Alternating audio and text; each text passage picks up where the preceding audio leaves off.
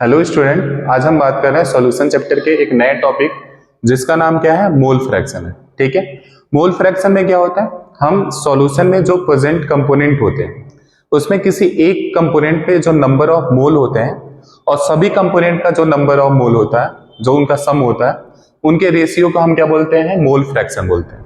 देखते हैं mole fraction को हम किससे रिप्रेजेंट करते हैं, काई से रिप्रेजेंट करते हैं। इसे हम क्या बोलते हैं, काई बोलते हैं, या इसे तुम जीटा भी बोल सकते हो।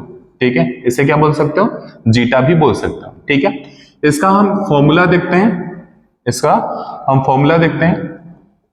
काई is equal to number of mole of one component upon number of mole of total component. यानी कि जो मोल फ्रैक्शन होता है वो सॉल्यूशन में प्रेजेंट एक कंपोनेंट के मोल और उस सॉल्यूशन में जितने भी कंपोनेंट प्रेजेंट है उनके मोल के रेशियो को हम क्या कहते हैं, मोल फ्रैक्शन कहते हैं। और मोल फ्रैक्शन को हम किससे रिप्रेजेंट करते हैं, काई से रिप्रेजेंट करते हैं। इसे क्या बोलते हैं, काई बोलते हैं। क्लियर। अब हम ये जो मोल फ्रैक्शन है वह हम क्या करते हैं, सॉल्यूशन में जितने भी कंपोनेंट मौजूद होंगे सबके लिए हम क्या कर सकते हैं, फाइंड आउट कर सकते हैं। लेकिन हम यहाँ पे जो सॉल्यूशन पढ़ रहे हैं वो कैसा सॉल्यूशन है, बाइनरी सॉल्यूशन है। यानी कि सॉल्यूशन में केवल दो कंपोनेंट मौजूद है, एक हमारा क्या है, सॉल्यूट है और दूसरा क्या है, सॉल्वेंट है। यानी कि जो भी हम मोल फ्रैक्शन यहाँ पे फाइंड आउट करेंगे वह एक सॉल्यूट के लिए फाइंड आउट करेंगे और एक किसके लिए फाइंड आउट करेंगे, सॉल्वेंट के लिए फाइंड आउट करेंगे। और इस वीडियो में हम ये देखेंगे कि जो मोल फ्रैक्शन ऑफ सॉल्यूट है और जो मोल फ्रैक्शन ऑफ सॉल्वेंट है उन दोनों का सम करते हैं तो किसके इक्वल आता है, क्या वैल्यू आता है। ठीक है, तो हम बात कर रहे हैं मोल फ्रैक्शन ऑफ सॉल्यूट। ठीक है, उसके पहले एक पॉइंट ध्यान दीजिए, जो सॉल्यूशन है उसमें सॉल्यूट प्रेजेंट है और क्या प्रेजेंट है, सॉल्वेंट प्रेजेंट है। जो सॉल्यूट है उसे हम किससे रिप्रेजेंट करेंगे, बी से रिप्रेजेंट करेंगे, और जो सॉल्वेंट है उसे हम किससे रिप्रेजेंट करेंगे, ए से रिप्रेजेंट करेंगे। क्लियर हुआ। अब हम बात करते हैं, क्योंकि डेफिनेशन में हमारे पास यही है फॉर्मूला में कि जो नंबर ऑफ मोल है, ठीक है, यानी कि नंबर ऑफ मोल होता क्या है, तो number of mole find out करने का एक फॉर्मूला है। नंबर ऑफ मोल को हम स्मॉल n से रिप्रेजेंट कर रहे हैं। इसका फॉर्मूला है given mass of substance, given mass of substance upon molar mass of substance. यानी कि जो भी सबस्टेंस हमारे पास है वो उसका वजन कितना है, उसका मास कितना है। ठीक है, और उस सबस्टेंस का मोलर मास क्या है, उसका इन दोनों में हम क्या करेंगे, अगर हमारे पास इसका मास पता है, कोई भी सबस्टेंस हो सकता है, जैसे सोडियम क्लोराइड हो सकता है, कैल्शियम क्लोराइड हो सकता है, कैल्शियम फॉस्फेट हो सकता है, तो उसके मास को हम यहाँ पे रखेंगे और उसके मोलर मास को हम यहाँ पे रखेंगे। ठीक है, तो जब इन दोनों का रेशियो निकालेंगे तो वही जो भी वैल्यू आएगा, ठीक है, वो हमारे पास क्या कहलाएगा, नंबर ऑफ मोल कहलाएगा। अब हम बात करते हैं number of mole of solute. अगर हम सॉल्यूट के नंबर ऑफ मोल को रिप्रेजेंट हमें करना होगा तो उसे हम NB से रिप्रेजेंट करेंगे, और जो सॉल्वेंट होगा उसके नंबर ऑफ मोल जो रिप्रेजेंट करना होगा उसे हम किससे रिप्रेजेंट करेंगे, Na से रिप्रेजेंट करेंगे। अभी हम आपको बताया कि N क्या है, नंबर ऑफ मोल है, और A किसको रिप्रेजेंट कर रहा है, सॉल्वेंट को, B किसको रिप्रेजेंट कर रहा है, सॉल्यूट को। तो हम देखते हैं मोल फ्रैक्शन ऑफ सॉल्यूट। तो हमारे पास क्या है, mole fraction of solute. Mole fraction of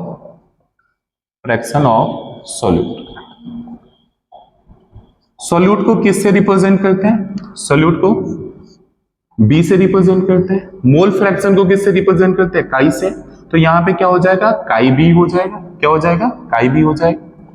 अब हम क्या करते हैं, जब हम mole fraction of solute find out करेंगे तो यहाँ पे काई बी बराबर क्या हो जाएगा, काई बी बराबर क्या हो जाएगा, number of mole of solute upon number of mole of solute plus number of mole of solvent होगा। क्लियर है? क्योंकि सॉल्यूट और सॉल्वेंट ही तो हमारे सॉल्यूशन में प्रेजेंट है, क्योंकि हमारा सॉल्यूशन कैसा है, बाइनरी सॉल्यूशन है। अभी हम आपको बताए थे कि जो number of mole of solute होगा उसे हम किससे रिप्रेजेंट करेंगे, एनबी से रिप्रेजेंट करेंगे। तो यहाँ पे क्या हो गया, एनबी हो गया। और number of mole of solute जो नीचे साइड है उसे हम एनबी से लिख सकते हैं, और जो हमारे पास number of mole of solvent है वह हमारे पास क्या हो गया, एनए हो गया।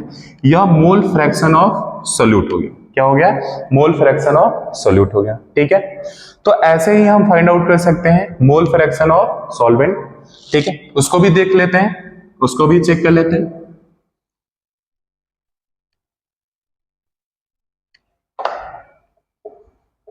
मोल फ्रैक्शन ऑफ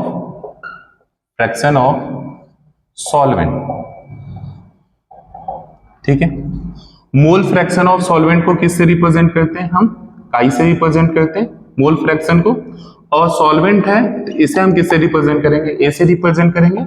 इक्वल, इसका फॉर्मूला क्या हो जाएगा, number of mole of solvent upon number of mole of solute plus number of mole of solvent. यह हमारे पास क्या हो जाएगा, इसका फॉर्मूला हो जाएगा किसका, मोल फ्रैक्शन ऑफ सॉल्वेंट का।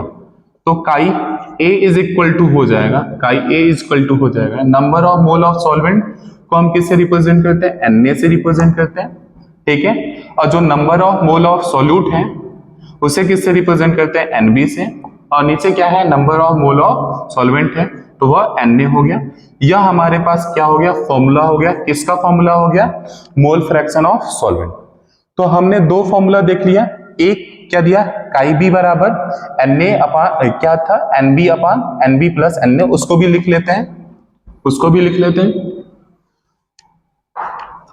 हमारे पास दो मोल फ्रैक्शन फाइंड आउट हमने किया है।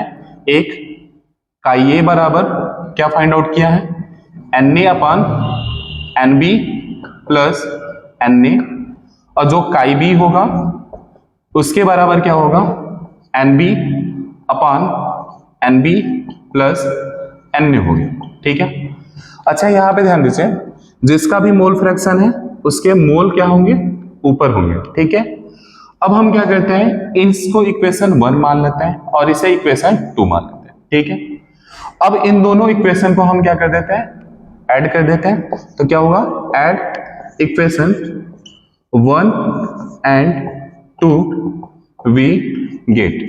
ठीक है, इनको ऐड करने पे देखते हैं क्या होता है। हमारे पास क्या होगा, काई ए प्लस काई बी हो जाएगा। और यहां पे देखिए काई ए का वैल्यू कितना है, n a upon n B plus N a upon n B plus N a हो गया। और प्लस काई बी का वैल्यू कितना है, n b upon n B plus N a हो गया।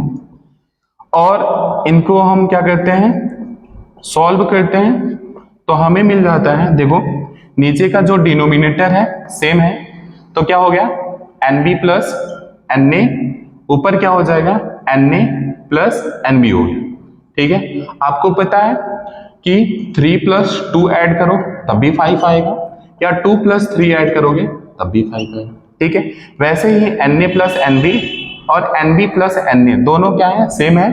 तो यह दोनों एक दूसरे से क्या हो जाएंगे, कैंसिल आउट हो जाएंगे, और हमें मिल जाएगा क्या, chi A plus chi B is equal to 1 मिल गया। यानी कि सॉल्यूशन में जो कंपोनेंट प्रेजेंट है उनका जो मोल फ्रैक्शन है, उन कंपोनेंट का जो मोल फ्रैक्शन है उनका सम किसके इक्वल होता है, 1 के इक्वल होता है। ठीक है, तो यहाँ पे हमें क्या होगा, इस फॉर्मूले से हम क्या कर सकते हैं, मतलब इस फॉर्मूले से हम न्यूमेरिकल सॉल्व करेंगे। जैसे क्या होगा कि अगर किसी भी अगर हमारे पास सॉल्यूशन है, उस सॉल्यूशन में सॉल्यूट और सॉल्वेंट प्रेजेंट है, तो उसमें किसी का मोल फ्रैक्शन, अगर दोनों का मोल फ्रैक्शन पूछा गया तो एक का मोल फ्रैक्शन आप कैलकुलेट करेंगे और क्या कर देंगे, इसमें वैल्यू पुट कर देंगे और फिर 1 में से क्या कर देंगे, सब्ट्रैक्ट कर देंगे, तो हमें क्या मिल जाएगा, दूसरे कंपोनेंट का मोल फ्रैक्शन मिल जाएगा। ठीक है, तो आज के लिए इतना रहने देते हैं। अब नेक्स्ट वीडियो में हम आएंगे मोलैरिटी और मोलैलिटी के लिए।